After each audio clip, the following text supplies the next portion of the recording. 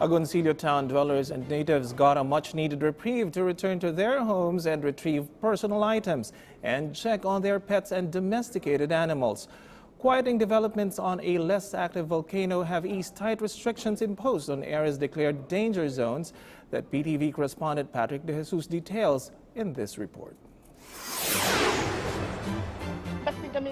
After an appeal yesterday, residents were temporarily allowed to enter the town of Agoncillo in Batangas, one of the danger zones declared, so they could rescue their own animals and get some of their personal belongings. They were only given 4 hours to do so, from 6 a.m. until 10 a.m.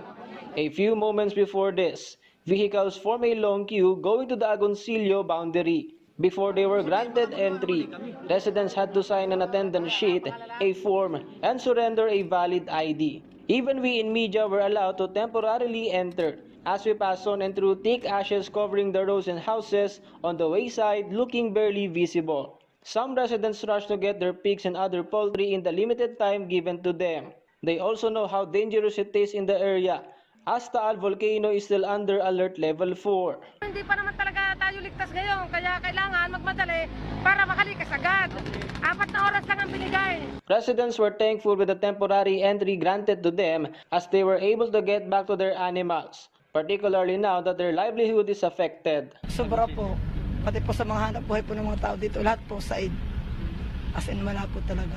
According to Agoncillo, Batangas Mayor Daniel Reyes, window hours for return and re-entry still depends on the volcano's state of activity. He only allowed it as the volcano looked calmer and less restive. Napakahirap po ng sitwasyon nila ngayon. So dapat po balansehin natin at sa kasalukuyan naman po, wala namang mga paglindol sa kasalukuyan. Kaya minabuti natin na bigyan sila ng kaunting oras. But what surprised the residents is that several houses were damaged, with some having completely collapsed. It is believed that strong tremors caused by the activities of Taal volcano have led to this state of disrepair. The problem now for the residents is the need for badly needed home repairs if and when they are allowed to permanently return. Ayos na ayos pa po ang bahay ko nung bago kami umalis. Pag nakatapos po, hindi po namin alam kung saan kami titira kasi sira na nga po itong aming bahay.